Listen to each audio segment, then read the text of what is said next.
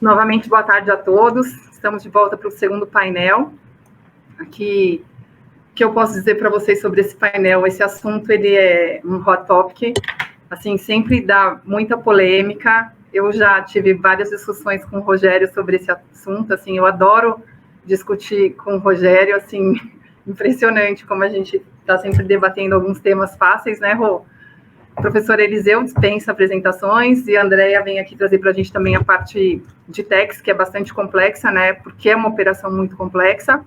Particularmente, eu estou muito ansiosa por ouvi-los, porque, como é de conhecimento de todos e é público, recentemente eu passei por uma operação de Business Under Common Control, que é combinação de negócios sob controle comum, que é quando você vai adquirir a participação de minoritários, né, porque você já, em teoria, controla aquele negócio, e tem toda uma contabilização especial, ela não se encaixa dentro do que a gente tem no IFRS 3, né, no CPC 15, então traz uma grande complexidade e muita dúvida, principalmente quando a gente está, porque a gente, quando está lidando com esse assunto, está lidando com grandes processos de M&A, então a gente tem muitos advogados envolvidos, a gente tem representantes de ambas as partes, né, de administrações, comitê independentes que representam minoritários, e é sempre muito complicado e uma saia justa para o contador, principalmente, ter que explicar o que a gente vai fazer com aquele montão, aquele caminhão de ágio gerado nessas operações. Então, assim, sem mais delongas, porque a gente está aqui para ouvir quem entende do assunto, eu vou transferir a palavra para o Rogério. Rogério Mota, sócio da Deloitte Touche Tohmatsu, que não é mais Touche, né? Agora é só Deloitte, nem Tohmatsu. E depois, em seguida, entra o professor Eliseu. Professor, o senhor gostaria de complementar antes do Rogério começar? Não, porque nós tínhamos combinado o contrário. Eu falo, depois o Rogério. Ah, perdão, professor. Então, eu vou transferir a palavra para o professor Eliseu Martins, que, obviamente, dispensa qualquer tipo de apresentações. Eu sou Tiete, ele sabe, fã número 1 de carteirinha, e ainda vou pedir autógrafo. Vamos lá, professor? Não me deixem vermelho aqui, né? Mas muito obrigado pelo convite, por poder estar aqui e com pessoas absolutamente ilustres, né? Renato, eu não vou falar sobre a história de aquisição de ações adicionais, né, de não controladores. Aliás, eu discuti isso aí há pouco tempo dentro do IBDT. Se alguém quiser, tem um material que eu escrevi na revista de Direito Tributário Atual, que é do IBDT. Tem umas ideias ali um pouco diferentes. Tudo bem, vamos lá. Aqui, ao falar aqui de Business Combination Under Common Control, a gente vai falar sobre aquisição, o processo quando a gente adquire o controle. Então, eu, pelo menos, vou cuidar desta parte. Quando uma empresa adquire o controle de outra, ou, neste caso, entre entidades já sob controle comum, na verdade, você não adquire o controle quando você transaciona uma empresa com outra lá dentro. Mas temos problemas contábeis bem danadinhos, né? Esse assunto, eu vou procurar. Está bem compartilhado?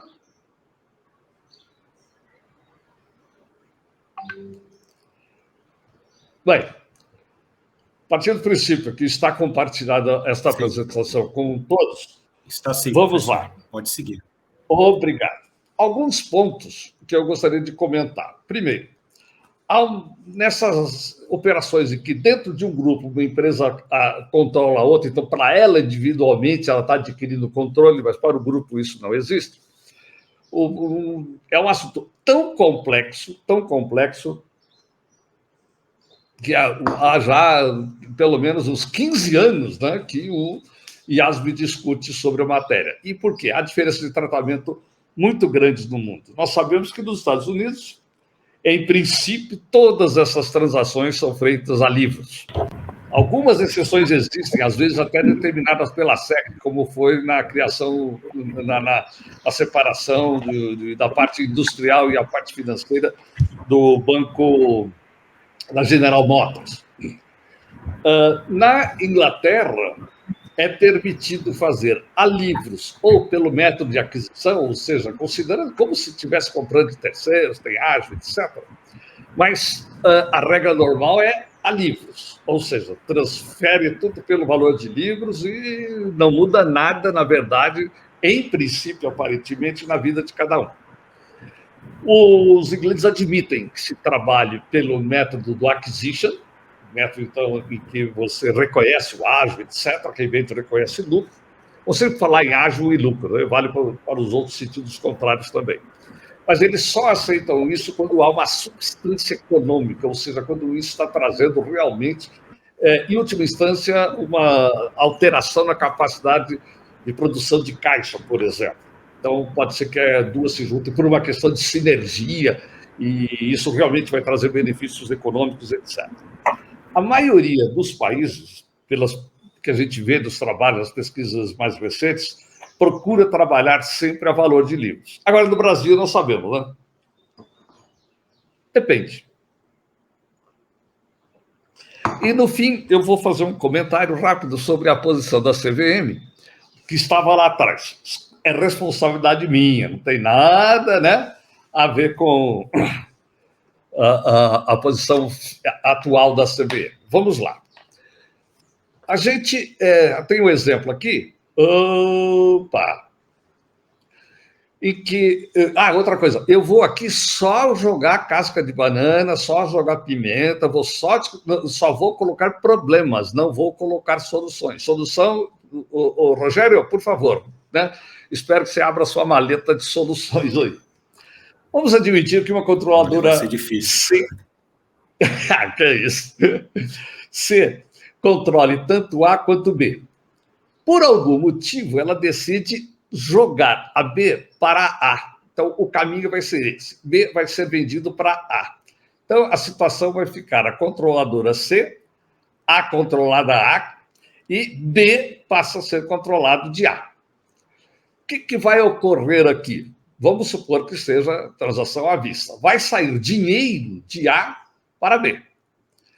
O problema agora é o seguinte, quer dizer, vamos trabalhar com o valor econômico nessa transação, vamos trabalhar com o valor de livros, ou vamos fazer um híbrido. Fazemos a transação pelo valor econômico, mas fazemos o registro pelo valor de livros. Na verdade, a gente quer saber o seguinte: se a empresa controladora, tá, ela é dona de A é dona de B, B pagou, ela pode registrar ágio? A empresa C, ou ela vai ter que considerar isso devolução de capital? Altera o patrimônio líquido de A?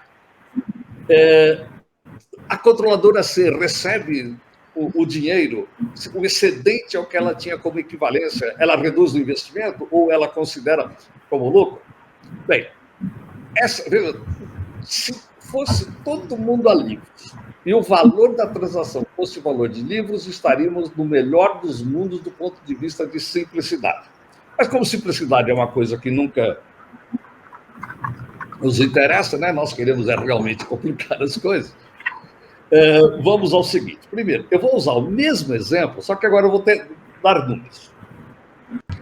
A empresa B tem ativos realmente produtores de riqueza. Esses ativos são ativos reais e ela produz muito bem. Neste momento, os ativos, 1.000, patrimônio líquido. A empresa A só tem caixa. Por algum motivo, ela só tem caixa. A controladora C, portanto, tem um investimento em A de 2.000, tem um investimento em B de 1.000 e ela tem um capital de 3.000. Se fizermos o balanço consolidado, o que vai sobrar? Caixa com ativos efetivos reais produtores, 3.000, e vai fechar no patrimônio de 3.000. Não há minoritários aqui. Não há minoritários. A controladora, quando ela faz, então, a venda, ela vende a empresa B por 1.500. A empresa B vai ser vendida para A. Ela tem um patrimônio líquido contábil bem feitinho, bonitinho, a 1.000, e a negociação vai ser por 1.500, partindo do pressuposto que esse é o valor econômico. O que vai acontecer? uma possibilidade. Bem daquela nossa aí de uns tempos atrás, né? Não vou falar mais nada. O que acontece? A empresa C, lá de cima, vende, né, a empresa B para a empresa A, logo, ela não tem mais nada de investimento na B, mas, em compensação, entrou o caixa de 1.500 e ela poderia ter, nesse caso, registrado 500. Ou seja, ela está aplicando o chamado método da aquisição, com a segregação do valor investido, está correto?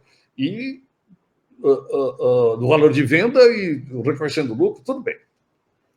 A empresa A, que fez a aquisição, tinha um caixa de 2.000, saiu 1.500, ela adquire as ações da empresa B, cujo patrimônio líquido é 1.000. Vamos supor, método da aquisição, ela reconhece o ágio de 500, nada muda aqui no balanço dela. Patrimônio, a empresa B é a felicidade, para ela não mudou coisa nenhuma, do jeito que ela era, foi feita a transação e muita gente dentro da empresa B nem descobriu que houve a transação. Aí, agora, nossa discussão.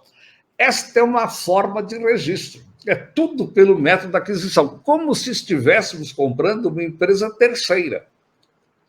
Como se estivéssemos comprando. A empresa A está comprando a empresa B e contabilizando como se fosse a aquisição de uma outra empresa sob outro controle, nada tendo a ver com este grupo.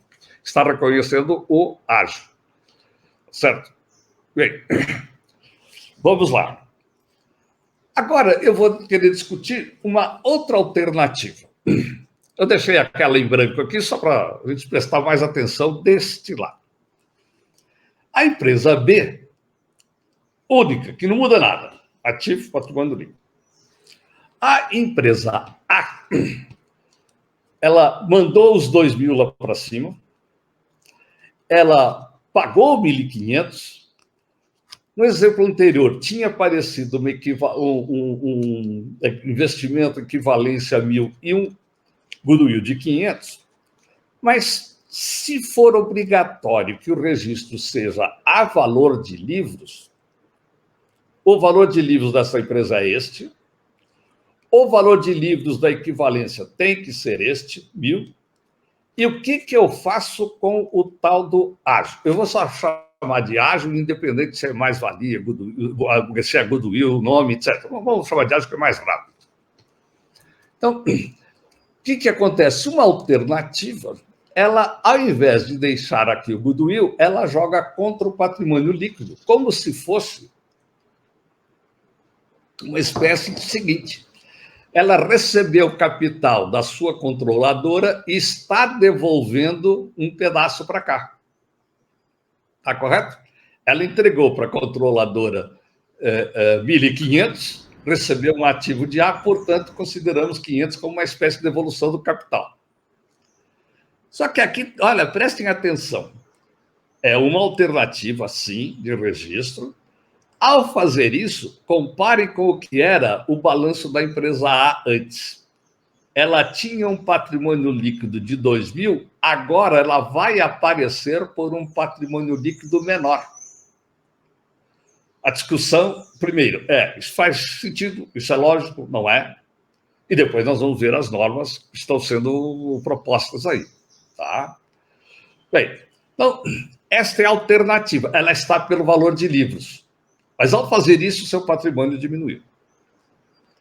A controladora continua com o seu investimento em A, que era de 2.000, morreu, recebe o caixa de 1.500, não tem mais nada de investimento, e aquilo que a empresa de baixo considerou contabilmente como se fosse uma devolução de capital, ela vem aqui e considera, né, diametralmente como um recebimento do seu investimento. Ela recebeu 500 de investimento. Portanto, ela não reconhece lucro. Então, o que acontece? Houve uma transação pelo valor econômico dentro da empresa, mas a contabilidade não reconhece nem o lucro, nem reconhece o ágio. Tudo está a valor de livros.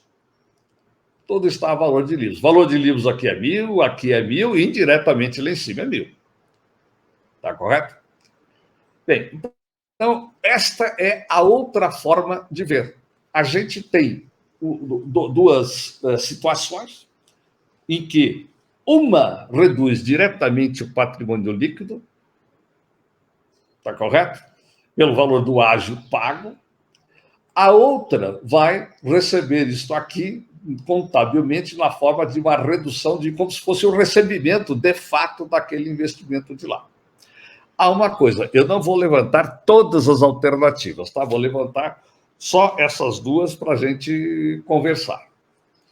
O que nós temos aqui é apenas a comparação da situação anterior que eu tinha mostrado com esta.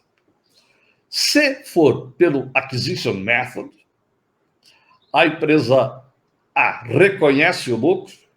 Se for pelo método de livros, não vai reconhecer lucro.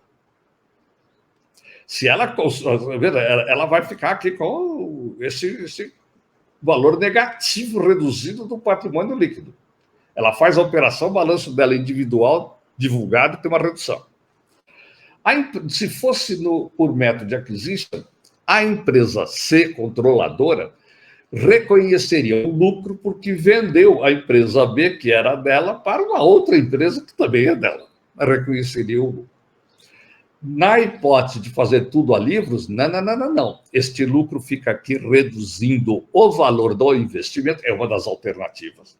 Está correto? E ela não muda o patrimônio líquido e não altera aqui o valor de livros da empresa lá de baixo. Continua tudo com os 3 mil. Então, repare o seguinte. Se optarmos por aqui, a empresa A mantém o mesmo patrimônio líquido que tinha antes, só que dividido entre o caixa que sobrou, a equivalência em B, e o 500 do ar. Mas a empresa A muda de patrimônio líquido, individualmente falando. 3.500. Se fizermos essa opção do lado de cá, ou seja, vamos fazer a valor de livros, a empresa-mãe não muda seu patrimônio líquido, a empresa A muda. Ou seja, numa das duas nós temos uma alteração do valor patrimonial em função de uma transação dentro do grupo. A danada da empresa B é a única que não tem problema nenhum. Agora, se fizermos o consolidado, tanto faz. O consolidado antes era 3.000, o consolidado aqui, afinal de contas, tem um caixa de 1.500 com caixa de 500, tá certo? Com ativos produtores de 1.000, é 3.000. Mesma coisa. Caixa e os ativos. Então, o balanço do consolidado não pode mudar. Tá certo? Aquele ágio vai morrer contra aquele lucro, ou aquelas duas contas do lado. Aqui joga o ágio contra o lucro. E aqui vai ser esta conta negativa contra esta conta negativa. Então, o grande drama é nós aceitamos reconhecer transações entre entidades comuns sempre pelo valor de livros, como está aqui, sempre pelo valor de acquisition ou depende. Depende do quê? Aí nós podemos discutir. Eu não vou aqui colocar exemplos, mas só complicar enormemente a coisa. A controladora C, outro exemplo. Tem a controlada A, que tem minoritários. Ela controla a empresa B, que tem minoritários. B controla D, que tem minoritários. A empresa B vai vender D de dado para A. Então, a empresa A passa a ser a dona de D, que foi transferido para ela. B não tem nada. Só que, agora então vem. A vai comprar de B, vai passar o dinheiro para B. E agora vem toda a história. Se A vender pelo valor de livros, que é 1.000, e ela vale 1.500, é lógico, esse minoritário aqui está sendo prejudicado pelo não reconhecimento do lucro. Se fizer pelos 1.500, essa daqui, vamos discutir se reconhece o lucro ou não, no seu balanço individual, etc. Mas, né, pelo menos, satisfeito, ele está aqui. Se for pelo valor de livros, esse minoritário vai estar feliz da vida, né? Se for pelo valor econômico, ele não vai ter do que reclamar, afinal de contas, né? Tá certo? Se vendeu pelo valor econômico, está tudo bem. Se vender, volto a repetir, B vender D para A, nós vamos ter problema. Aí eu tinha falado aqui no A, é no B que os minoritários poderão ser prejudicados. Me desculpem. É no B. Ou seja, aqui nós temos estas complicações dos minoritários. A empresa que é vendida pode ter minoritário o que quiser, porque ela não muda nada. Os que eram minoritários em D, continuam minoritários em D, não mudou nada na vida dela. Mas os minoritários da empresa vendedora, se o valor, mesmo que venha a ser escriturado pelo valor de livros, a transação ele vai exigir que seja pelo valor econômico, senão ele vai ser prejudicado. Esta empresa aqui, tendo minoritários, se ela comprar pelo valor de livros, eles vão ficar felizes da vida, né? Mandaram 1.000 para uma empresa que eles estão recebendo que vale 1.500. Mas... então, nós temos aqui centrado onde que está o problema aqui do minoritário. Bem, isso aqui é só para a gente esquentar os motores, né? E para deixar aí, para discutirmos logo a seguir esses pontos. Eu só queria fazer um comentário seguinte. Tem um caso que ficou muito famoso no Brasil, da Metal Leve. Marle Metal Leve. Ela era... é uma empresa alemã que comprou Metal Leve, e ela tinha esta empresa B, que é uma companhia aberta, com minoritários. Tinha a empresa A, controlada dela diretamente, praticamente sem minoritários. Só que tinha um problema. Eles transacionavam muito entre si. A produzia materiais que vinham para a empresa B. Portanto, aqui sempre aquela discussão do preço de transferência, porque esta empresa é só do controlador C. Né? Se vier preço a menos para cá, felizes mesmo. Se vier a mais, né? Então a discussão aqui sempre foi essa. E, obviamente, essa empresa B tinha uma perda de valor do mercado em função dessa dúvida. Então, o que eles resolveram? Fazer o seguinte, a empresa alemã decidiu, eu sou dono de B, vendemos A para B, e aí elas transacionam o que elas quiserem, ninguém mais vai reclamar e o valor da empresa vai aumentar. O que de fato aconteceu. Então a empresa B passou dinheiro para a empresa C e ficou aqui essa empresa A. A grande discussão é, contabilmente, houve uma transação entre entidades sob controle? A primeira resposta que eu daria seria sim. Logo, se quisermos ser exigentes, poderíamos utilizar o método de aquisição? Não, teria que ser o método de livros. Só que olha o que aconteceu. Os controladores aqui, os donos da empresa C, e os minoritários daqui de B, eles aqui, fizeram o seguinte. Este contratou um escritório de advocacia e uma empresa de avaliação. Os minoritários contrataram outro escritório de advocacia para centralizar lá o due diligence e também a parte de auditoria, etc. E avaliador também diferente, ou seja, eram dois due diligence diferentes e 2 avaliadores diferentes. Muito bem. Aí chegaram, por enquanto tudo fora da empresa, estão negociando aqui, e chegaram num acordo. Quanto que a empresa A deveria vir para cá, que seria o dinheiro que os controladores receberiam para passar para cá. Quando teve a assembleia da decisão, o que aconteceu? Os controladores de B, não votaram. Só os minoritários votaram e votaram pelo valor da ação. Então, a discussão passou a ser o seguinte.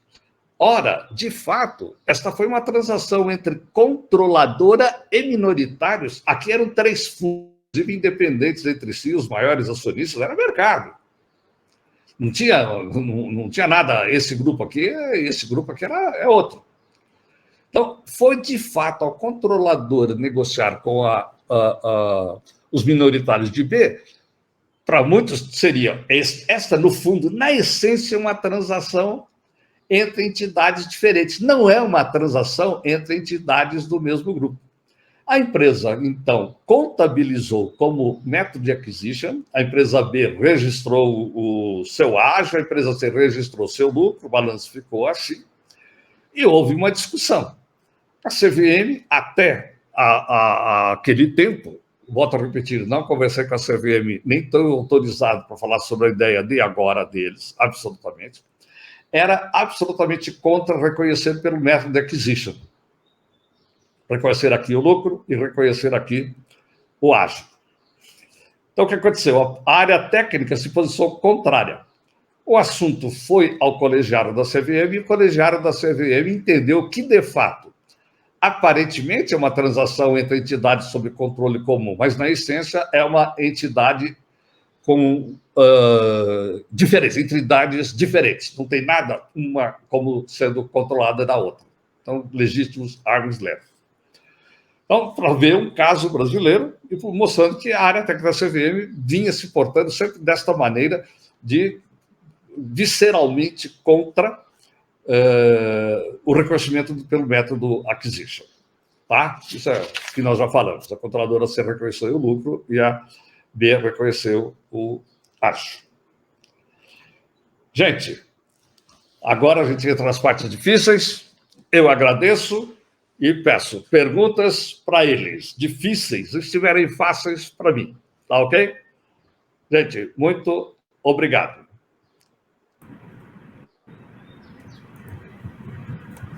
Excelente, professor. Obrigada. Agora sim, a gente passa a palavra para o Rogério Mota, sócio da Deloitte. Você viu por que eu pedi, porque eu queria falar primeiro, né? Eu posso levar a chicotada dele, mas... Só isso. Professor, eu não sei se eu vou resolver, eu simplesmente vou trabalhar aqui como mensageiro. Eu espero que o IASB, né, possa nos ajudar com uma solução, né? E é isso que a gente vai falar um pouquinho agora, né? Eu vou, na verdade, tentar apresentar de uma forma bem breve, resumida e focando na nossa... dando uma continuidade até o que foi apresentado. Espera aí, deixa eu projetar aqui a minha tela. Sobre o que está em discussão no IASB, para onde está caminhando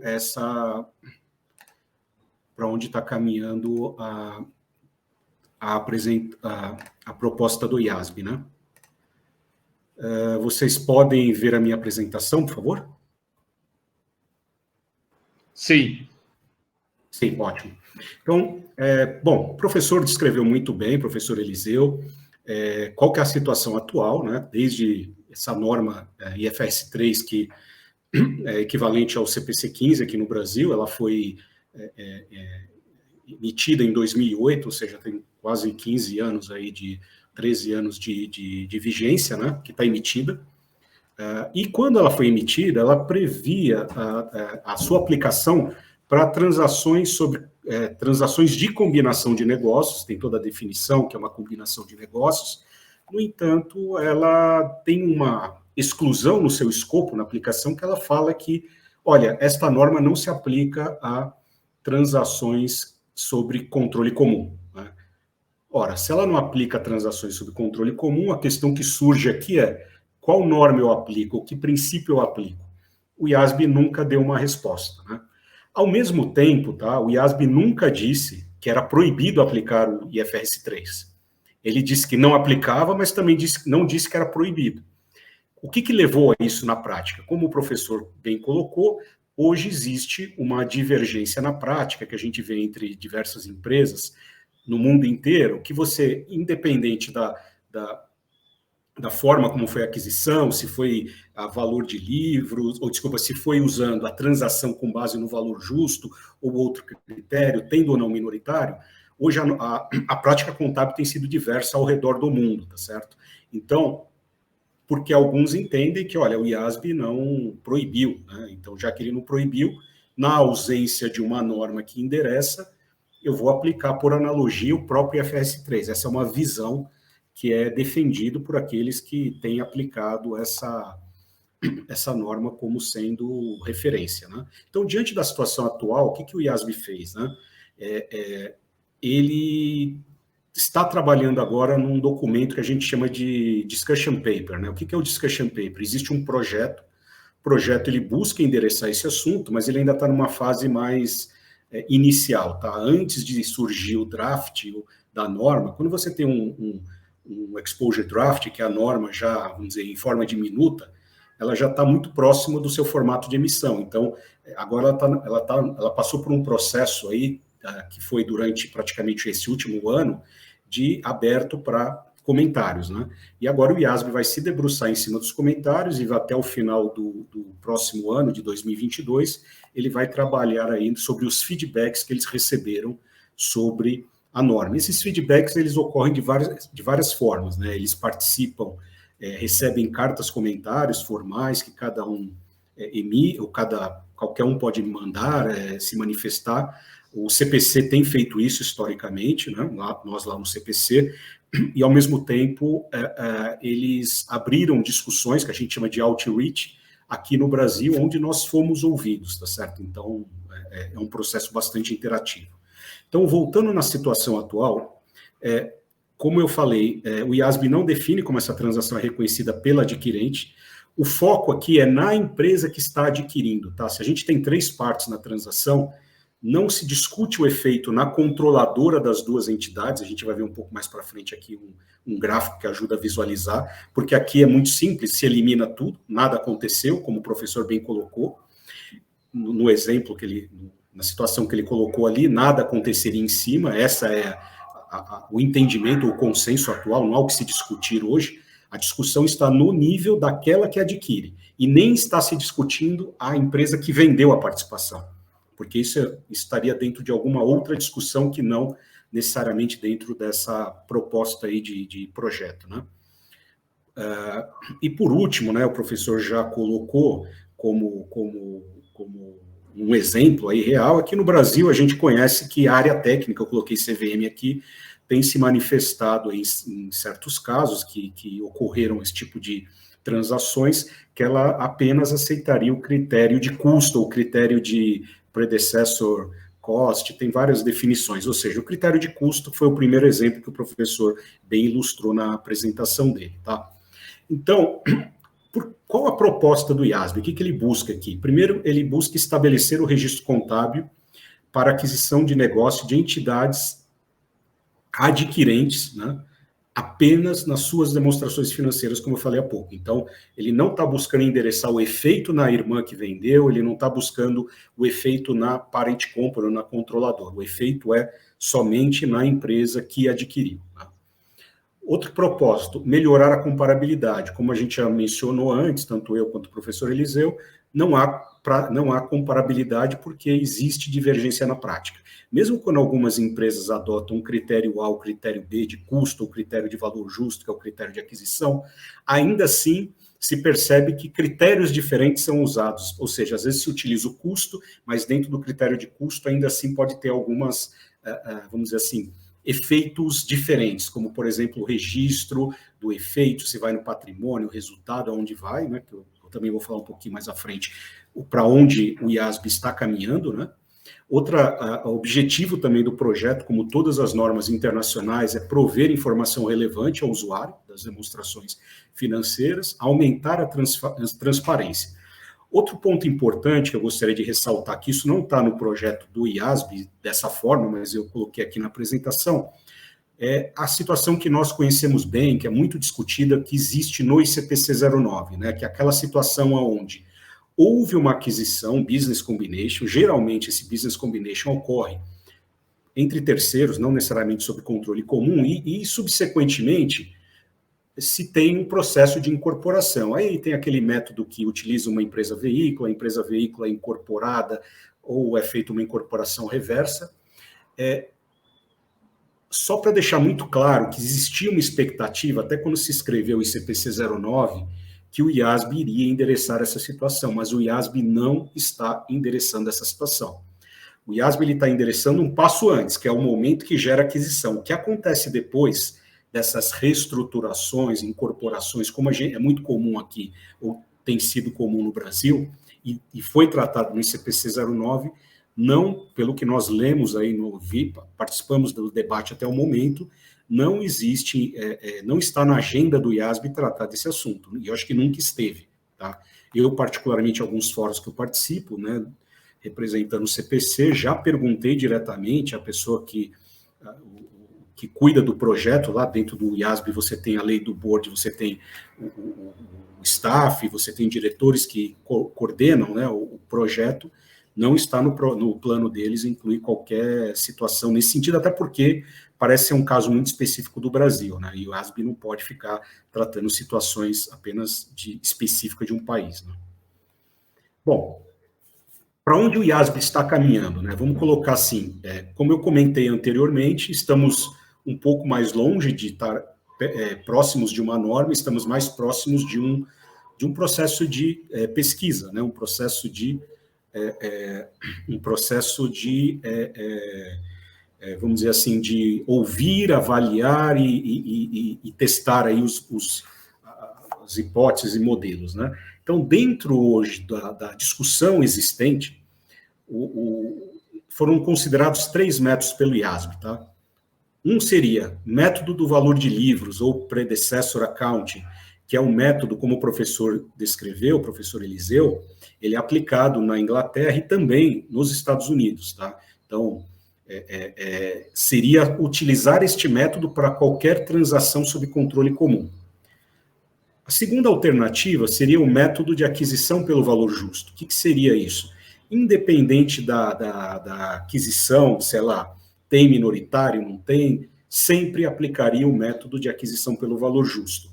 E tem um terceiro método que eu apelidei aqui de híbrido para fins da apresentação, que seria utilizar os 2 critérios, valor de livros ou valor de aquisição / valor justo, de acordo com a situação específica da entidade, tá?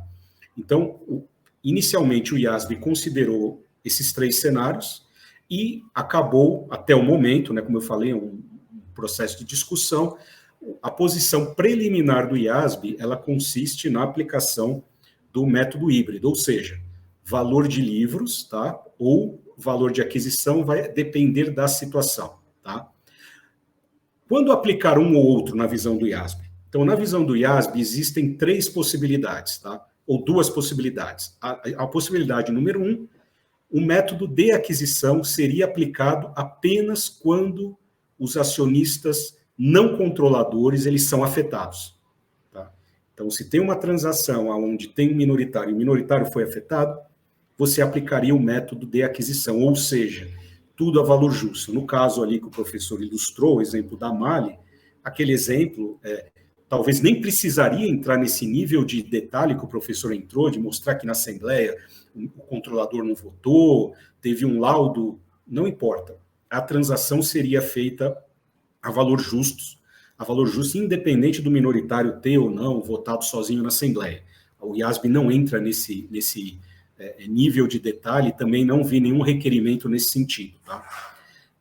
O segundo critério, que seria o de custo, é aplicado em todos os outros casos. Qual que seriam os outros casos? O exemplo que eu tenho, uma transação que ela é totalmente 100% entre as empresas dentro sob controle comum, ou seja, não tem um minoritário envolvido.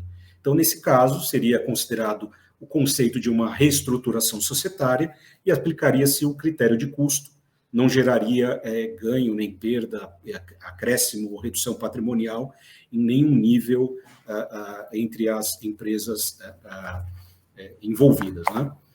Na verdade, pode ter aumento o critério, vai depender do valor que foi atribuído. Se a empresa pagou mais do que o valor patrimonial, para aquela que pagou, vai ter que registrar essa diferença onde? Como uma redução de capital, que é um pouco de um dos exemplos que o professor colocou. E, por último, existe uma exceção e uma isenção prevista para esse método de aquisição. Qual que seria a exceção ou isenção? Para companhias que eles chamam de públicas, listadas, né, aquelas companhias abertas, o entendimento que seria tudo pelo método de valor justo, ou método de aquisição. Por quê? Porque o custo, o benefício superaria o custo, né? Porque você tem mais participantes envolvidos, mais tomadores de decisão, e você teria essa exceção e isenção específica para empresas que não são listadas ou ou públicas, né? Aqui tem um conceito importante. Da forma que está escrito no IASB, ele usa essa palavra pública, certo? Ou listada.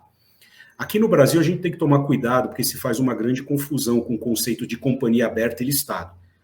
A definição de companhia listada pelo Guidance Internacional é de que é aquela companhia que tem títulos ou títulos patrimoniais ou de dívida transacionados no mercado organizado. Tá? Então, se eu tenho lá ações, eu sou uma companhia listada. Se eu tenho dívidas transacionadas, também sou, ou, por exemplo, debêntures que são transacionadas, eu sou uma entidade listada. É claro que no Brasil, para você ser listada, você tem que ser uma companhia aberta. Mas o contrário não é verdade. Eu posso ser uma companhia aberta e posso não ser listada. O que eu estou querendo dizer? Para você ser companhia aberta, basta pedir o registro na CVM. Não necessariamente o ser companhia aberta atende o critério de uma entidade listada.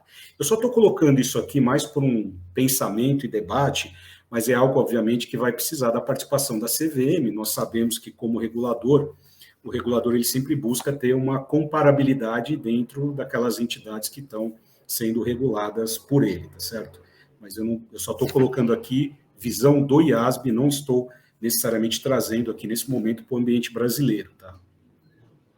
Bom, eu estou tentando aqui, eu vou tentar ilustrar, né, o que seria o conceito de uma transação sob controle comum que afeta o minoritário, né, o não controlador, né? Esse aqui seria o critério que a gente fala que não afeta, até porque você não tem o não controlador, ou seja, essa aqui é um exemplo que eu tenho, a empresa A participa em B e em C, nesse caso, tanto B ou C, ele é 100% pertence à empresa A, certo? Então, nesse caso, a empresa, a dúvida que surge aqui, a primeira discussão é como que C contabiliza a aquisição que ele teve de B. Não se discute, como eu comentei anteriormente, a contabilização no nível de A, por quê? Porque no nível de A nada aconteceu, economicamente só teve uma mudança da linha de investimento. Então não tem ganho, não tem perda, nem redução, nem acréscimo patrimonial. Então, diante disso, não há o que se discutir em nenhum dos critérios em A, toda a discussão trazida por esta norma, ou por essa proposta, esse projeto, está no nível da adquirente sob controle comum. Então, aqui eu tenho esse exemplo, as duas são totalmente controladas pela entidade A, né, não tem minoritário, C está adquirindo participação em B, então, nesse caso, eu utilizaria o critério de livros, eu não tenho minoritário aqui sendo afetado, tá? E eu tenho aqui do lado direito da tela um outro critério onde eu tenho o minoritário, onde a transação afeta o minoritário, né? Nesse caso, eu tenho o minoritário participando na empresa C, eu tenho a empresa A controlando o C, não tendo participação integral, mas controlando, e eu tenho o A controlando a empresa B. A mesma transação, C adquire B, só que nesse caso eu tenho o minoritário participando em C. Pelo fato do minoritário estar participando em C, eu teria que, por esta proposta aqui, ou pelo menos expectativa, que é a tendência do board do IASB caminhar, eu aplicaria o método de aquisição, ou seja, toda a transação seria contabilizada ao valor justo. Eu não pus na apresentação, mas me veio aqui só para tentar ajudar. Pode ser que vamos imaginar que o minoritário estivesse participando em B, em vez de C, né? Ocorrendo essa transação, eu entendo que o minoritário, que é o participando em B, ele não é afetado, porque nada aconteceu para ele, certo? Tudo aconteceu entre os acionistas que detêm a participação de B, né, que estão todos controlados pela empresa A. Então, se eu descesse o minoritário para a empresa B, mesmo havendo existência de minoritário, é um entendimento de que ele não seria afetado. Bom, qual que é o efeito prático disso, né? Como o professor ilustrou bem ali, ele trouxe os problemas ali que são causados, né? Então, primeiro, o método de aquisição seria aplicado apenas quando os acionistas não controladores são afetados, e o método de custo seria aplicado em todos os outros casos e haveria a isenção. Então, o que aconteceria no caso prático? Se eu aplico o método de custo, primeiro, a transação ela pressupõe que ela seja mensurada a valor de livros, principalmente se você tem um acionista minoritário, é esperado que ela esteja a valor de livros, né? Porque tem toda a questão de governança, né? O próprio regulador acho que questionaria, tem todo um processo que requer aí essa, vamos dizer assim, transparência e governança no processo. Então, mas a norma não entra nesse mérito, certo? Então, toda vez que eu tiver essa transação, ela vai ser refletida como um todo a valor de livros. Voltando aqui, desculpa, a valor de aquisição. Quando eu volto no valor de livros, né, que o professor bem ilustrou no primeiro exemplo, que vocês lembram que a empresa que era adquirente, ela teve uma redução de patrimônio, né? Então, qual é o meu entendimento? Que ela deveria ter, e é o que está previsto aqui nesse plano do projeto, é de que, no exemplo do professor Eliseu, onde a empresa A pagou o valor de mercado, o valor justo de 1.500, porém, o patrimônio da empresa B, valor de custo, é de 1.000, o que estaria acontecendo na prática? A empresa C estaria trazendo investimento no valor de 1.000, a valor de custo, porém, ele está pagando em caixa 1.500 para a empresa A. Então, no final do dia, 1.000 está sendo atribuído ao custo de B, e a diferença, que são os 500, seria tratada como uma redução do patrimônio líquido da empresa C. Por que redução do patrimônio líquido? Porque é uma transação entre acionistas, não tem a ver com a operação de C, então não faria sentido você tratar isso como sendo afetar o lucro, ou ganhos e perdas da empresa C. Por ser uma transação entre acionistas, é apropriado que todas as transações de natureza entre acionistas sejam registradas em patrimônio líquido. Também lembrando aqui, o IASB em nenhum momento, até pela complexidade de se conciliar todas as legislações societárias nas diversas jurisdições que aplicam as IFRS, ele nunca entra nesse método, nesse critério de patrimônio, capital, reserva, né? Isso é uma particularidade de cada jurisdição. A definição de patrimônio líquido para o IASB substancialmente é a diferença de ativo menos passivo, é o patrimônio líquido, ou seja, é o residual, e o que você deveria divulgar sempre é aquilo que está sujeito à distribuição e o que não está sujeito à distribuição. Esse é o conceito, vamos dizer assim, geral, e trazendo aqui para a situação brasileira, claro que a gente tem que sempre quebrar a cabeça um pouco, porque infelizmente a lei 6.404, mesmo quando veio a 11.638, ela abordou diversos aspectos, mas não houve na minha visão, e eu acho que há um consenso, não houve um alinhamento entre a adoção das práticas internacionais junto com vamos dizer assim, uma evolução ali no tratamento das reservas e contas que compõem o patrimônio líquido. O que isso traz na prática uma complexidade na aplicação das normas contábeis quando existe aí um efeito em conta de patrimônio líquido. Eu sei que muitos utilizam aquela situação do AAP, né? Olha, vamos usar a conta de ajuste e avaliação patrimonial. Por outro lado, ela também tem um regramento na lei que define claramente o que deveria ser feito, né? O que é ajustado naquela compra, não é qualquer lançamento. Mas é sempre uma boa discussão, a gente sempre recomenda uma análise, estou falando agora com o chapéu de auditor aqui, né? A gente sempre pede a participação da empresa, dos advogados, porque não é um tema meramente contábil, né? Envolve a aplicação de uma lei, né? E tem questões aí que, ao mesmo tempo, a própria lei define que a empresa tem que aplicar normas que são lá definidas por meio do CPC, por meio da CVM, e aí depende do regulador que a empresa está sujeita. Eu acho que, de uma forma geral, a ideia é que, como eu comentei anteriormente, o IASB vai trabalhar nesse próximo ano, tá? No resultado de tudo que ele ouviu nesse Outreach e também tudo que ele recebeu de Comment Letter, e até eles falam que no segundo semestre de 2022 ele pretende ter vamos dizer, compilar tudo isso e ter um resultado para aí sim definir os próximos passos. Bom, da minha parte aqui, eu cobri o que eu pretendia falar, eu vou passar a palavra agora para a Renata. Renata. Obrigada, Rogério.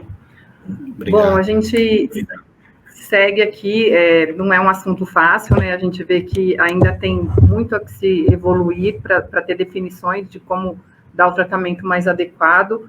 na prática ainda gera muita controvérsia, muita dúvida por parte dos contadores, e assim, se a gente como contador tem dificuldade para contabilizar, na hora de tributar, o negócio fica mais complicado ainda.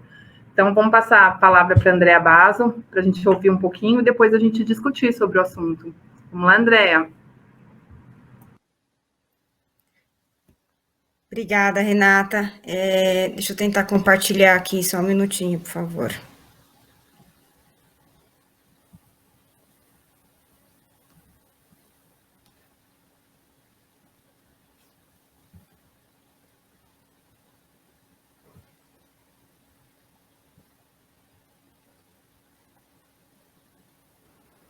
Compartilhou.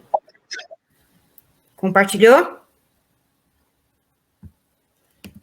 apresentação está aparecendo?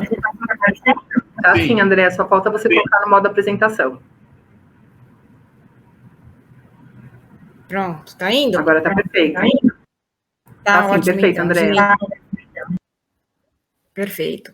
Bom, acho que me sinto à vontade aqui agora de passar a parte fiscal, porque se o professor Eliseu, o Rogério, ninguém trouxe uma solução, quem sou eu, né, para apresentar alguma solução aqui na parte fiscal, que por natureza já é bastante controversa, aí a gente já tem vários questionamentos aí na parte fiscal, então as discussões acabam ficando ainda um pouco mais complicadas, mas vou tentar aqui trazer algum racional diante de uma situação que a gente não tem aí efetivamente ainda uma visão da perspectiva contábil, então eu vou tentar direcionar as discussões, pelo menos de uma forma mais excludente do que afirmativa, dos pontos que normalmente são levantados e discutidos nessas transações.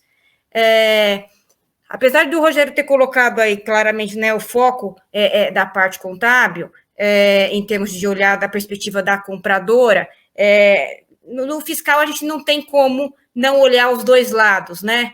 São os dois lados da mesma moeda, então, toda vez que a gente vê aqui envolvendo essas transações, a gente vai ter que olhar do lado da vendedora, daquela que está, de uma certa forma, de forma individual, perdendo a participação, e da compradora que está adquirindo a participação.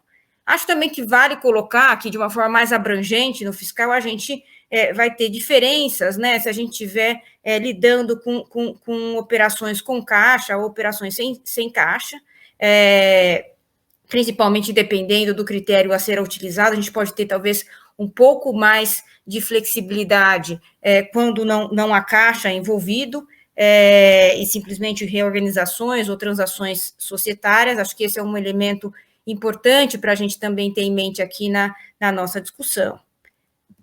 De qualquer forma, também acho que vale comentar que da parte fiscal, a gente vai estar sempre olhando muito mais da perspectiva dos balanços individuais, né? Ainda que o balanço consolidado para fins contábeis seja a principal referência, e ele acaba também tendo né, uma influência nos balanços individuais. Para fins contábeis, a gente tem que olhar também o balanço individual, e acho que esse é um outro desafio, né? Porque o Brasil também tem particularidades por adotar aí os balanços individuais em comparação com o consolidado. Qual que é as principais discussões que eu acho que a gente tem que ter em mente? Acho que, em primeiro lugar, qualquer transação que a gente esteja falando de uma operação dentro do grupo, principalmente aquelas que a gente nem minoritário tenha, é natural que essas operações elas tenham um olhar do fisco já com mais atenção, né? São operações vistas como dentro de casa, são operações que o fisco sempre vai achar, o que será que tem por trás, qual será que era o propósito dessa transação, será que por acaso a ideia era ali ter feito uma transferência de resultado, será que há a intenção de uma compensação de prejuízos? Então, para qualquer lado que a gente corra, vamos dizer assim, a gente, nas operações dentro de casa, a gente vai precisar de um olhar detalhado para conseguir mapear os potenciais riscos que possam surgir. Então, não é correto, às vezes, falar, não, vamos fazer tudo a custo, que aí não tem problema nenhum. Não necessariamente, né? Às vezes, se eu faço uma compra e venda a custo, o fisco pode entender que tem, por exemplo, que aplicar a regra de distribuição disfarçada de lucros, né? Ah, não, vamos fazer a mercado. Se a gente faz a mercado e a companhia vendedora tem prejuízo para compensar, por exemplo, o fisco pode entender que, na verdade, a intenção ali foi a compensação de prejuízos. Então, não dá para a gente generalizar que um critério ou outro critério sempre necessariamente não vai ter problema. Né? Eles tendem a ter aqui, sim, algum tipo de exposição, independentemente do critério adotado. Aí, se dá para eu fazer, como eu falei, alguma recomendação, alguma ponderação aqui, eu acho que toda vez que for possível, por isso que eu falo que por exceção, né? Se a gente, toda vez que for possível, se a gente conseguir seguir, ou às vezes um princípio contábil, ou um norte contábil, ainda que não seja claro a forma, mas como sendo, por exemplo, a melhor interpretação contábil possível para aquela situação, eu acho que isso sempre vai dar um conforto maior se a gente conseguir alinhar o jurídico, o contábil e o fiscal. Né? O contábil, depois da Lei 12973, né, depois da mudança do FRS e da entrada em vigor da 12973 aí para fins fiscais, realmente a gente tem o contábil, pelo menos na minha visão, como o principal norte, e aí a lei ajustando do ponto de vista fiscal as ponderações, as receitas e os ganhos que deveriam ser tributados ou excluídos, mas o contábil, né, ele tem o norte principal e entendo que ele deveria, sim, ser seguido, exceto se a lei dispuser de forma diversa. Então, se a gente tiver um alinhamento, quanto melhor, né? Acho que esse é também uma ponderação importante. Conveniências fiscais, ele já é o contrário. Se eu tentar forçar, às vezes, um registro de um jeito ou de outro por conta de uma conveniência fiscal, é mais natural que a gente tenha questionamento. Então, ter isso em mente, esses dois extremos, né, ou tentar seguir, alinhar na melhor interpretação, ou ir muito mais só pela conveniência fiscal, esses dois extremos de risco, eu acho que precisam ser ponderados. Esse desenho, todo mundo que já viu falando um pouco desses assuntos, né, de contábil com fiscal, já viu meu desenho aqui, dessa conexão, né, entre os três elementos, mas eu repito sempre nas minhas apresentações, porque eu acho que é o que reflete o melhor que a gente tem em termos aí de mitigação de discussões, né? Se a gente conseguir esse encontro, justamente, da norma contábil, da regra fiscal e da forma jurídica, melhor dos mundos. A chance de questionamento, eu diria, tende a ser menor. Na medida em que essas coisas se descasam, e acho que é isso que a gente vai discutir um pouquinho aqui, é onde talvez a gente tenha as maiores exposições e as discussões possíveis que podem acontecer. Acho que primeira ponderação, antes de entrar na compra e venda direta, né? Como eu coloquei, acho que dentro desse contexto, operações de transferência que possam acontecer não necessariamente com caixa, e aqui eu citei algumas, né? As operações de incorporação, cisão, e aqui não estamos falando, como o Rogério colocou, daquelas incorporações já após aquisição, mas naquelas que geram alguma forma de aquisição, né? Alguma forma de transferência, efetivamente. E mesmo aportes ou reduções para entregar participações societárias, por exemplo, para uma controladora ou para outra entidade relacionada. Então, esses movimentos que ocorrem via reorganizações ou operações societárias, historicamente, né, dentro do grupo, essas operações tendem a ser realizadas por valor de livros, olhando talvez principalmente a parte dos próprios ganhos gerados naquelas que deixam de ter o investimento que foi transferido. Então, eu diria assim, o ponto de partida para essas operações, normalmente, são focando num olhar de fazer essas operações a valor contábil para mitigar os ganhos para aquelas que estão se perdendo os seus investimentos, pelo menos formalmente. Mas, por outro lado, também, se a gente faz tudo a valor de livros, a gente não tem registro de ágio a ser implementado, ou a ser registrado para fins fiscais. Onde que entra o contexto da orientação contábil aqui nessas discussões, né? Como eu disse, hoje, no cenário atual, acho que a relevância contábil como ponto de partida dos registros bastante significativo, acho que é um elemento importante, né, para se fortalecer um raciocínio, um critério a ser adotado. Então, se a orientação, a melhor interpretação contábil for de que a operação deveria ser feita a custo, registrada a custo, realizar também, do ponto de vista societário, em termos de valor, ainda que uma relação de troca, eventualmente, de forma diversa, tudo a valor contábil, isso tende a mitigar, de novo, na minha visão aqui, os efeitos e as implicações contábeis dessas transações.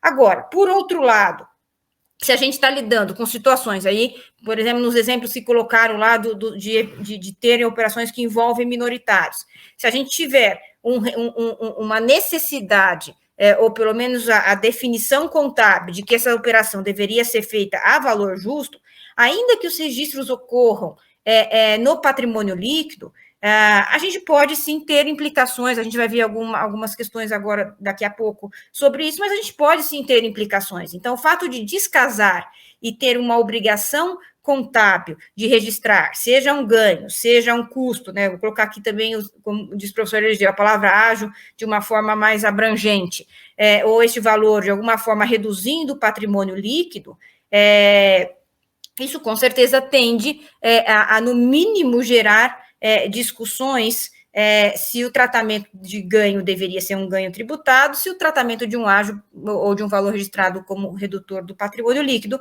deveria ter tratamento de ágio para fins de dedução. Tá? Então, acho que essa é uma ponderação de como também essa orientação contábil, seja hoje, seja de como vier, caso haja alterações, que isso sim tem, na minha visão, as suas implicações. Com relação à compra em venda interna, aqui, assim, normalmente quando a gente está envolvido, e são operações que não, sempre que a gente puder não envolver caixa, eu diria, a gente tem preferência do ponto de vista fiscal, porque, como eu disse, as operações de reorganizações ou operações societárias, a tendência é que a gente consiga fazer elas a valor de livro. Mas quando a gente tem que envolver caixa, porque há necessidade de trânsito de recursos entre as empresas aqui, vou colocar vendedoras e compradoras, eu acho que a gente cria uma maior dificuldade, principalmente nos exemplos que foram dados com relação a minoritários, né, porque o caixa efetivamente precisaria circular envolvendo essa outra parte,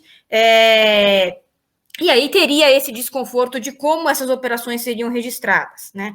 Fazer a custo me parece mais complicado, principalmente se tiver os minoritários por conta do próprio fluxo dos recursos.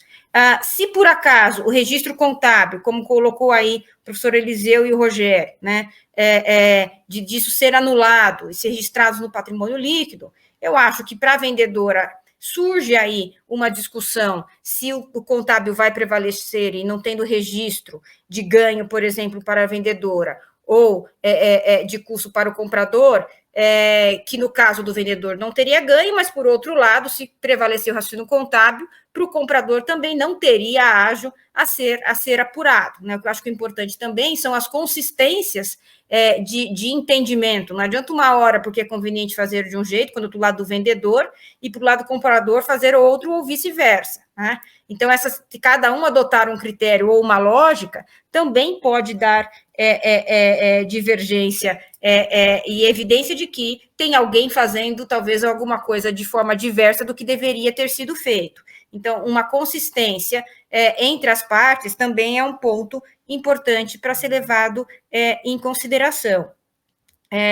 Então, acho que também, justamente, a definição e a orientação contábil a ser dada, ela pode dar margem, né, e gerar implicações diversas, talvez, de como as operações foram juridicamente realizadas. E aí, sempre a discussão, o que vai prevalecer? O que contábil fiscalmente deveria prevalecer? A orientação e o registro contábil, ou a forma jurídica, por exemplo, numa compra e venda a valor justo, ainda que o registro contábil tenha sido feito pelo custo? Acho que essas são as discussões que a gente vai enfrentar, caso principalmente venham essas as novas regras, mudando também o tratamento realizado hoje. Algumas normas que eu acho que merecem aqui serem repassadas como exemplos, né?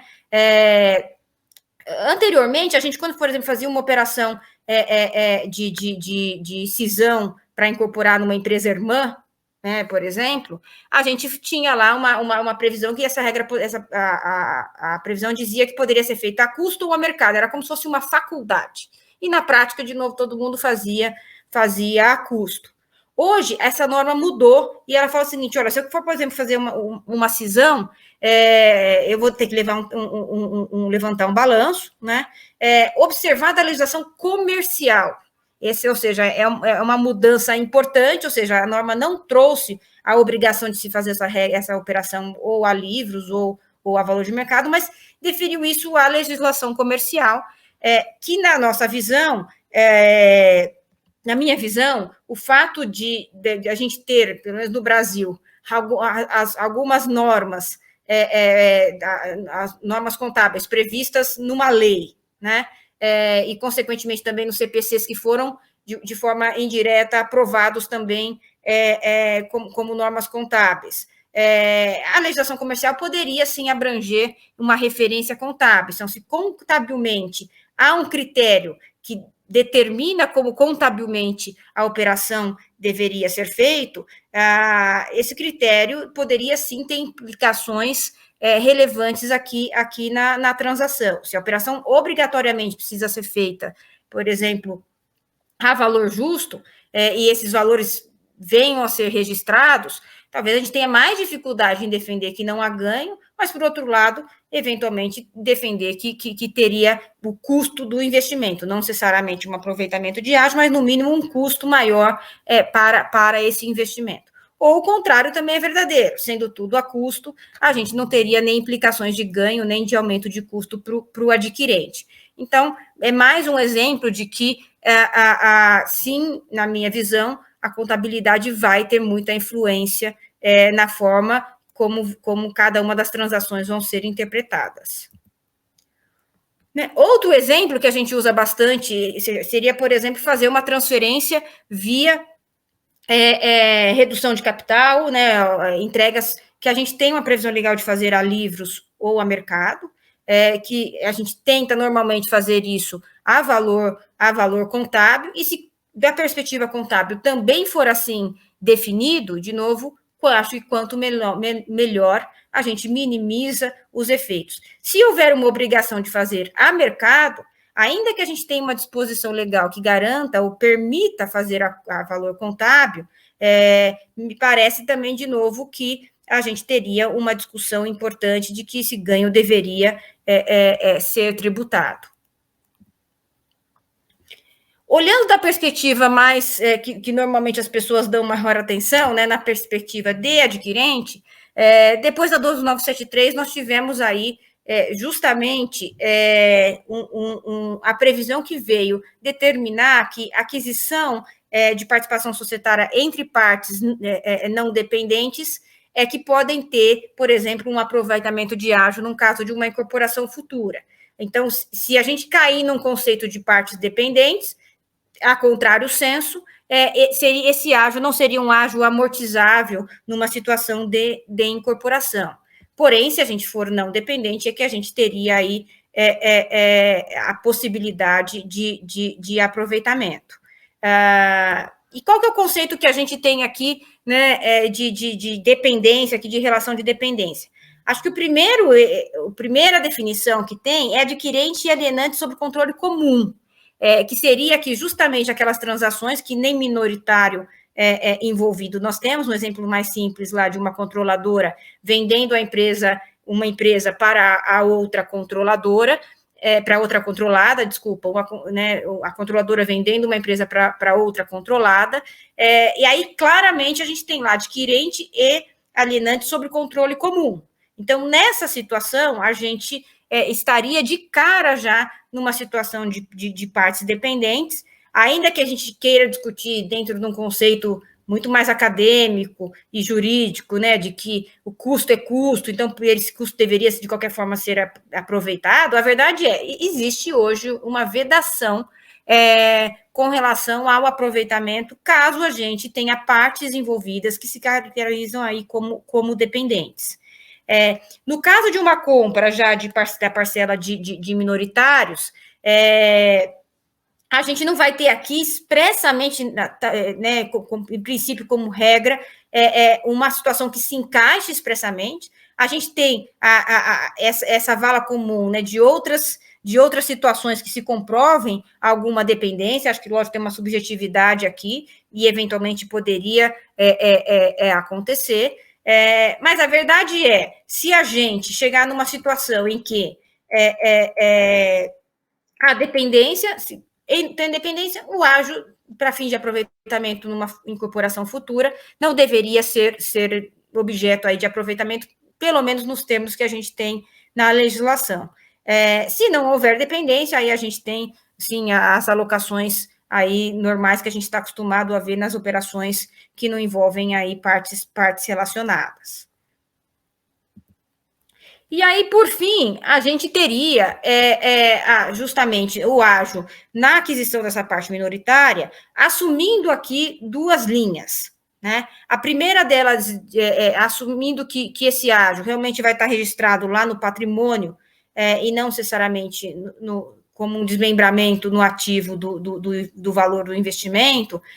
Duas linhas, tem gente que segue uma, tem gente que segue outra, mas duas linhas poderiam ser passíveis aqui de serem consideradas. Uma é a linha contábil. Contabilmente, não há ágio registrado no valor do investimento e, consequentemente, esse ágio não é passível de aproveitamento. Quando a regra fiscal fez o mesmo desmembramento que a contabilidade, de uma certa forma, a regra contábil, a regra fiscal seguiu o contábil e não atrelou o investimento no goodwill, por exemplo, no desmembramento do investimento, e, consequentemente, isso não poderia, numa incorporação da adquirida, ter o seu aproveitamento fiscal. Outra linha já diversa seria a linha mais jurídica, em que sentido? Olha, eu fiz uma compra e venda, efetivamente houve pagamento, né, houve contraprestação em termos econômicos, e por conta disso, ainda que o valor esteja registrado em patrimônio líquido, esse entre aspas, ágio, seria, sim, passível de aproveitamento em uma incorporação. O assunto, eu diria, né, bastante novo, ainda que a gente tenha a 2973 de 2015, para fins fiscais, o período aí de 6 anos é pouco, então a gente não vai ter referência aqui de casos de como essas interpretações são tidas aí pelas autoridades fiscais, mas são duas linhas. Eu, particularmente, tenho mais facilidade em seguir a linha contábil, depois da 12973, mas respeito também a visão de quem entende que a gente brinca, né, custo é custo, pagou, teria direito ao aproveitamento. Mas são duas possibilidades aqui a seguir. Além disso, nessa situação em que se decida usar, entre aspas, esse ágio dessa participação minoritária, outra discussão é se a legislação permitiu ter um laudo fiscal, independentemente do laudo contábil, que nessa situação não existiria, né, o Purchase Price Allocation lá, assumindo que isso não venha como uma referência, e passar a ter um laudo fiscal separado só para justificar esse ágio. Então, também teria que ser uma necessidade, porque hoje a gente sabe que os laudos, a gente precisa ter os laudos de terceiros registrados, então, ainda que não haja um PPA para fins contábeis, para quem segue a linha de que prevalece o raciocínio jurídico, né, de pagamento pelo investimento, deveria também adotar o racional de que há necessidade de um laudo fiscal para justificar esse ágio a ser aproveitado no futuro. De forma geral, era isso, aqui acho que dentro também do meu tempo que eu tinha para ponderar, e fico aí à disposição para eventuais perguntas.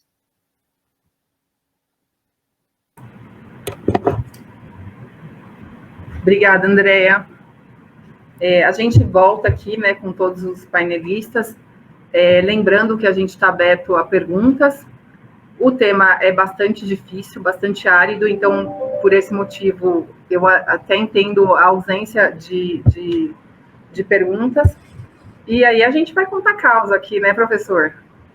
Assim, eu, como contadora, preparadora de demonstração financeira, tive a oportunidade de passar por uma situação de business under common control recentemente, né, e foi uma tentativa, foram várias tentativas até conseguir fazer a aquisição de minoritários. E aí, dividindo a minha experiência, eu me peguei como contadora até questionando o controle, né? Porque quantitativamente, obviamente, a companhia tinha lá 52% de participação societária, tinha um comitê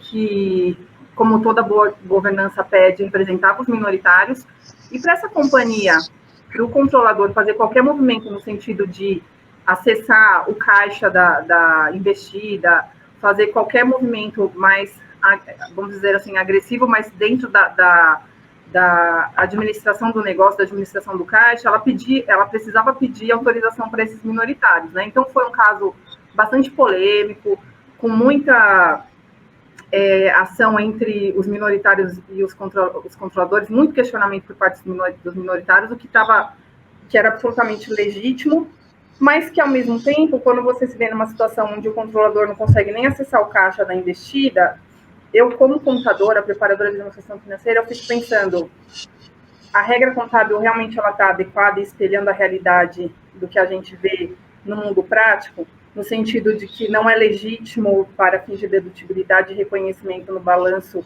o ágio gerado na transação? Então, assim, a gente, no dia a dia, com a vivência prática, se pega questionando em diversos momentos a regra e pensando se existem gaps entre a realidade e a regra, né? Nunca vai ser perfeito, porque é impossível você refletir na teoria o que a gente nem imagina que possa acontecer na prática, mas o fato é que quando você se vê nessa situação, você começa a questionar muito da teoria que você aprendeu e que você tomava como verdade absoluta, né? Então, assim, queria que você contasse um pouco aí da experiência com vocês nessas situações, né? O caso que eu estou mencionando é um caso recente, que estava todo na mídia aí o tempo todo, mas era um ágio bastante significativo, de mais de 2 bilhões de reais, e aí tinha todo o questionamento por parte dos acionistas controladores e de todo mundo, né? Os advogados falando assim, mas como assim eu vou jogar 2 bilhões no patrimônio líquido? Como assim eu não vou tomar dedutibilidade desse ágio? Né, como que eu não posso colocar esse ágio no ativo? E ficava lá o contador tentando explicar, não, mas me mostra onde está escrito, e não estava escrito, né? A gente ia, né, na melhor técnica possível aí, e se apoiando nos auditores, inclusive, se apoiando em materiais técnicos em outros países, mas uma dificuldade tremenda aí na experiência prática com esse assunto. Professor, Rogério, Andréa, se vocês tiverem também experiências para dividir aí, acho bem oportuno.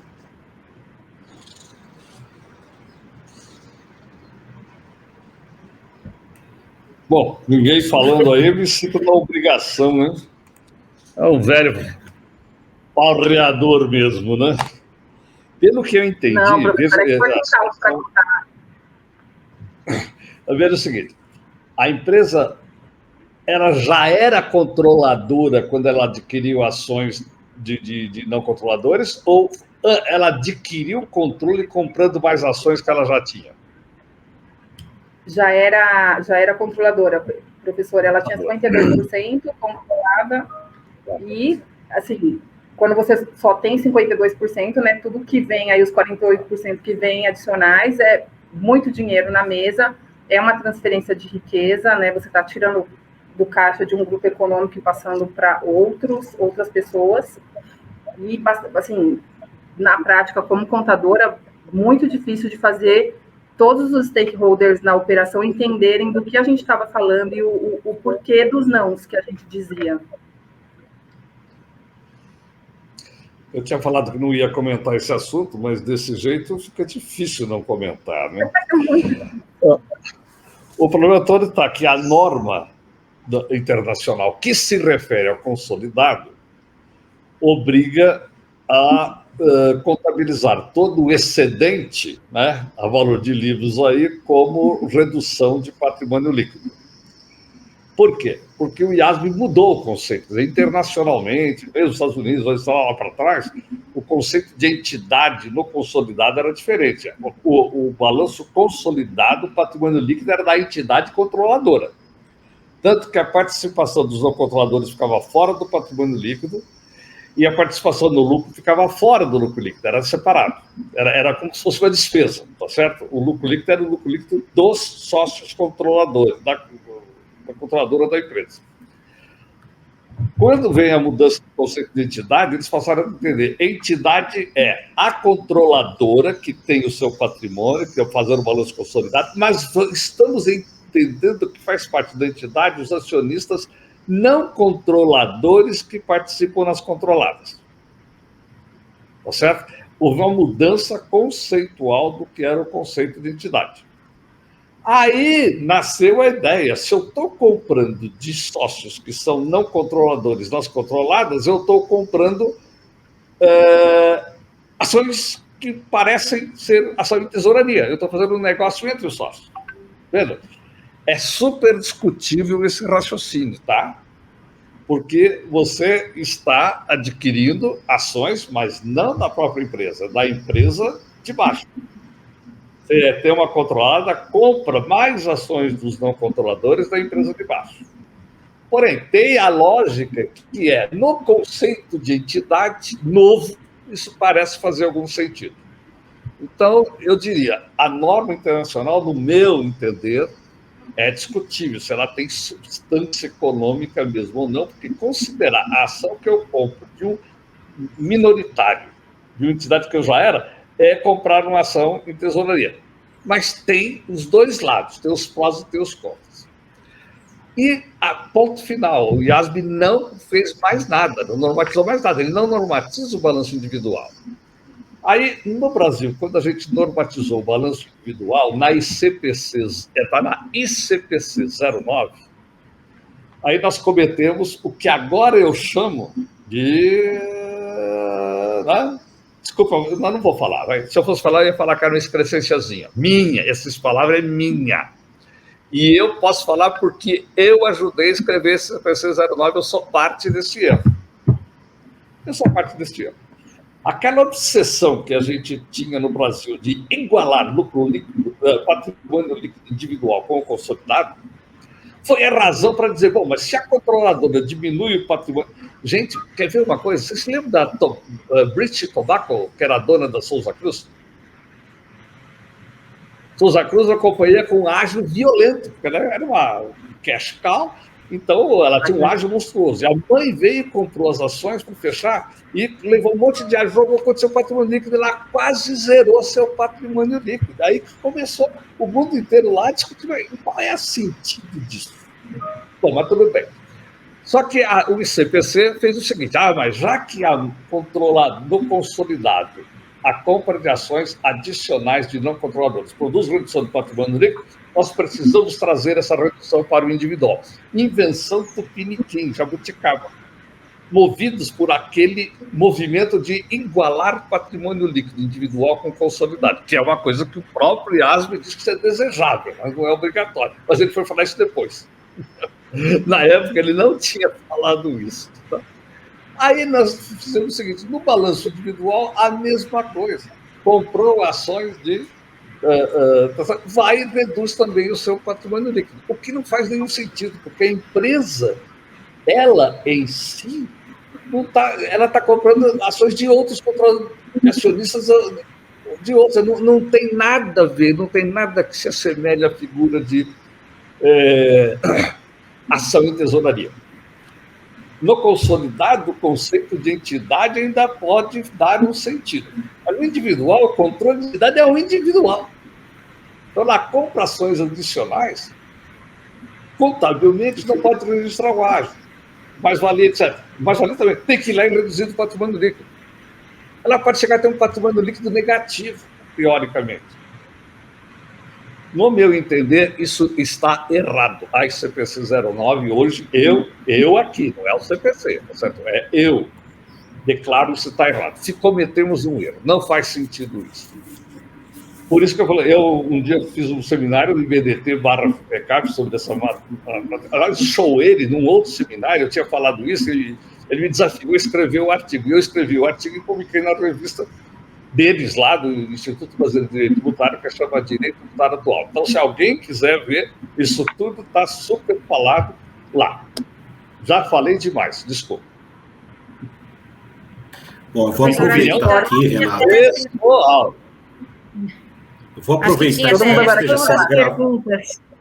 uma das perguntas que surgiu aqui, então, acho que o professor acabou repassando aqui, né, a pergunta aqui que foi feita aqui no chat sobre esse tema, e o fiscal, eu acho que eu também comentei, né? Então, de qualquer forma, acho que é isso. Assim, por estar no patrimônio líquido, Renato, só para repassar, e também acho que a pergunta, gera-se justamente aquela discussão que eu ponderei, se vai seguir o contábil ou se vai seguir na linha até do que o professor colocou agora, do ponto de vista jurídico, de ter efetivamente uma aquisição e aí ter direito ao aproveitamento. Acho que o assunto também tem aqui as suas divergências e as suas discussões. Rogério, quer complementar? Eu queria fazer, na verdade, aproveitar que está sendo gravado esse evento, né? E a fala do professor Eliseu para provocá-lo, professor, para nós provocarmos o CPC para corrigi-lo. Porque você se lembra que um dia eu falei isso no CPC, falei assim de toque, etc., ninguém se mexeu, então eu falei, bom, eu acho que pode até ninguém ter entendido, deixa eu escrever, botar a cara. Eu talvez não tenha, mas é uma boa ideia que você trouxe, porque na minha visão nós temos um problema. O IASB, quando tratou do método de equivalência na demonstração individual, sem querer fugir muito aqui do assunto, ele prevê que existe uma diferença entre o patrimônio líquido da controladora e o individual, da controladora e o consolidado. E aí... Dá até exemplo. Eu não sei como as... Dá até exemplo. Exato. Então, na base de conclusão, o caso dos juros, né, que quando a mãe empresta o dinheiro para a filha, então seria uma grande oportunidade, aproveitar que está gravado aqui o evento, um compromisso público, de tentarmos corrigir esse desvio de rota do CPC.